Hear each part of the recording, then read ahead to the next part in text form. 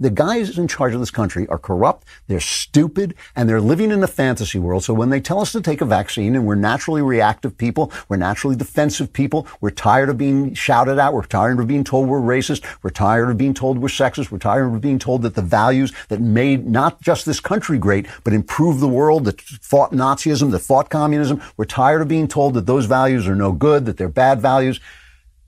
We're tired of these people telling us what to do, and they say take the vaccine. Why wouldn't we say get stuffed? Okay, really. On top of this is the tyranny, the authoritarianism. Conservatives are dedicated to liberty.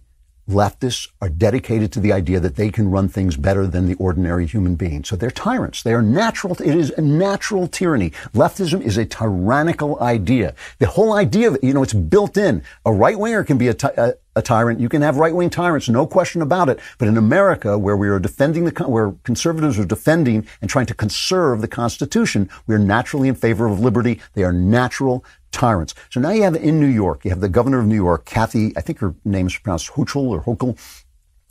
Now remember, she's unelected. Not one person voted for her, okay? She is there because the hero of the people that the guy that the press told us was the greatest guy on earth, was the next president of the United States, was better than the president who was serving, Andrew Cuomo, turned out to be what we were saying he was all along, an incompetent who slaughtered senior citizens through his incompetence during the COVID pandemic. And they didn't even get him for that because they couldn't even bring themselves to grasp that. They got him for pinching a couple of girls on the backside. That's what, basically they got him for being a little bit rude with the ladies. All right. So now she declares that everybody has to get vaccinated if they're healthcare workers. And since a lot of the healthcare workers don't want to, they're firing or forcing to quit hundreds of nurses. We don't know yet how many there are, but there are a lot of nurses. So this is a time when there is a pandemic. The pandemic is real. We need all our healthcare workers. Remember, it was it was a few weeks ago that the healthcare workers, our first responders, our nurses, these were the heroes of the country. You're fired. This is more Trump than Trump. The governor of New York is being more Trump than Trump. These are the people who just the other day, we were worshiping them, we were thanking them, we were leaning out our windows and making noise, banging pots together to say thank you, thank you, thank you. You're fired. Get out. Get out. You're not going to take that. Get out. Just get out. And here's what she's going to do to replace them. This is cut 12. We'll be nation leading with our mandate, which strikes at midnight tonight, when everyone is expected in a hospital in the state of New York or a healthcare facility to have been vaccinated. I will be signing an executive order to give me the emergency powers necessary to address these shortages where they occur. That's going to allow me to deploy the National Guard, who are medically trained, deploy people who've been retired, who may have had a license lapse, bring in people from elsewhere. That is not my first position, though, my friends. My desire is to have the people who've been out there continue to work in their jobs, work in them safely, and to all the other healthcare workers who are vaccinated, they also deserve to know that the people they're working with will not get them sick.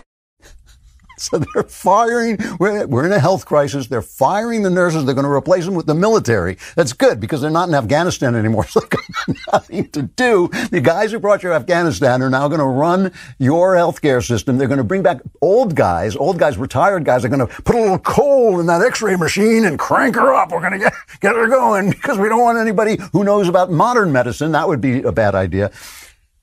So conservatives are looking at this and they're saying, you're tyrants, and we're for liberty. You lie, and we are for reality. We're not taking your stinking vaccine. And they're dying. Conservatives are dying. We keep comparing red states to blue states, but when you compare red counties to blue counties, the red counties are dying, and they're dying at a much, much greater rate. And now you're getting ticked off at me. You're saying, no, because I saw on Twitter. These are the facts as far as I can get them. I spend all my days trying to collect the facts, so I'm not lying to you. Conservatives are dying because they're not taking the vaccines. And I get it. I get why they're not taking the vaccines.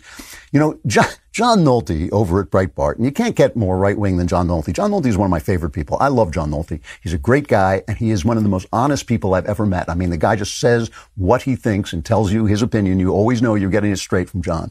Okay? He wrote this piece, and where he says basically they're doing this on purpose. They are trying to psychologically get us to not take the vaccine so we will die. Nolte makes a point that the only people I've seen who've made this point are Holman Jenkins Jr. in the Wall Street Journal and me, which is that the case rates don't matter. The case rates hardly figure as data at all. The death rates are what matter because you can't really fake them. You can say somebody died when he had COVID or, but they're going to be pretty close to the truth. And the people in red counties are dying. And Nolte thinks they're doing this on purpose. Let me just read you a little bit of this piece in Breitbart. He says, the organized left wants unvaccinated Trump voters to remain unvaccinated. That's what they want. They want us dead. Sorry, it's true, and everyone knows it's true. We've already seen the left openly embrace political violence by championing the left-wing domestic terrorists in Black Lives Matter and Antifa. So the idea the left is using every psychological ploy in the book to convince you to remain unvaccinated is the opposite of far-fetched. It's the only thing that makes sense. Why do you think that instead of using a staggering fact like 99% of the people dying are unvaccinated, all we're hearing is the unvaccinated are stupid and Trump people are dying and you diseased pieces of crap should not be allowed in polite society. That's all we're hearing because people like Don Lemon and Howard Stern and Joe Biden and Joe Scarborough and the Washington Post and MSNBC and the rest of these fascists want you dead, want to back you into a psychological corner where you feel like an ass for caving to people who hate you, who shame you, who dehumanize you if you take a life-saving vaccine. Now, again, I love John. I think he's overstating it. I don't think that all the left wants us dead. I think there are people on the left who want us dead, but I don't think all these people want us dead.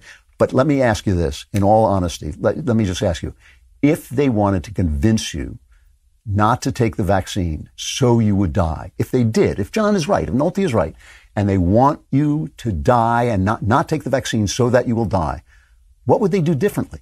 What would they do differently? This is what they would do, right? They would just make you so ticked off with their lies and their insults and their authoritarianism that you wouldn't take the vaccine and you would be more likely to die.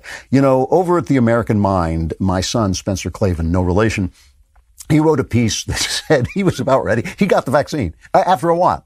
And he said he was almost ready to suck the vaccine out of his arm because he was so ticked off at him. This is what he said.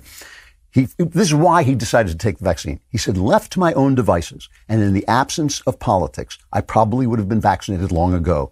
But I was held back by this simple fact. The same smug idiots who lied about the effectiveness of masks, funded research in Wuhan that may have helped create the disease, then lied about that too, then lied about lying, then lied some more, are the people demanding that absolutely everybody get jabbed now. As usual, they are not trying to convince us by reasoning with us transparently like adults. They are instead resorting to their usual tactics of calling us racist, delusional murderers for daring to question their impeccable wisdom and authority. This kind of behavior does not inspire confidence.